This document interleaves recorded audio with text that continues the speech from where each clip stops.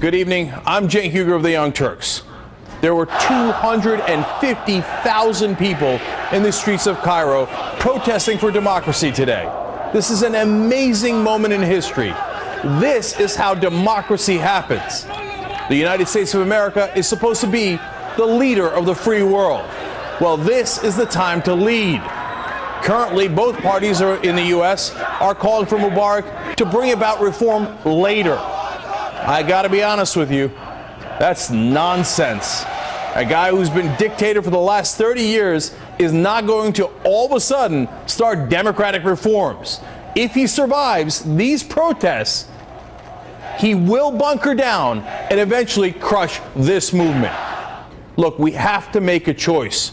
It's either we're with Mubarak or we're not. Today we didn't make that choice. Secretary of State Hillary Clinton went and talked to David Gregory over the weekend. Listen to what she said.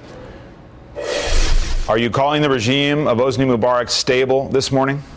You know, I'm not going to get into, either or choices. What we're saying is that any efforts by this government to respond to the needs of their people, to take steps that will result in a peaceful, orderly transition to a democratic regime is what is in the best interests of everyone, including the current government.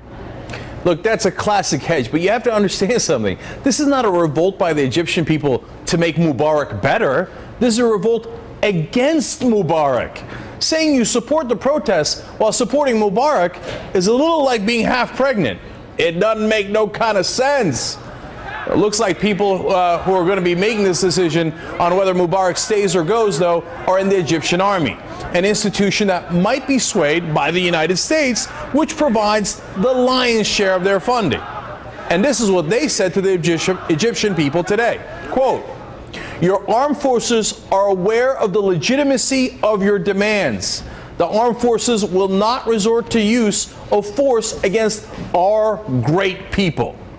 Wow, that definitely means that Mubarak is on the ropes. Now, which side are we on? Former President Jimmy Carter thinks we're on the wrong side so far. Carter said the protests are, quote, "an earth-shaking event, the most profound situation in the Middle East since I left office. The United States wants Mubarak to stay in power, but the people have decided, and I guess Mubarak will have to leave." I'm with President Carter. Why? Because I believe in America. When we say we are for freedom and democracy, I choose to believe. You can't say you're for democracy when it's convenient or when it's not your favorite dictator being toppled. Let's please show the world that we are a nation that believes in its creed. Let's show them that we are indeed the leaders of the free world.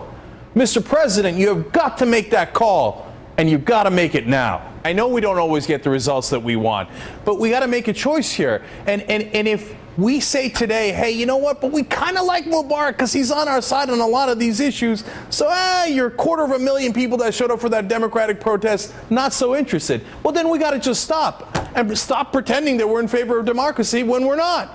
You know, if they elect someone we don't like, as happened with Hamas in the Palestinian territories, and then we turn against it, well, then are we for democracy? If we have democratic movement here and we're not for it clearly, unequivocally, then are we really for democracy? Maybe I'm naive, but I think we are for democracy, and I think we got to show it, and there is no better time.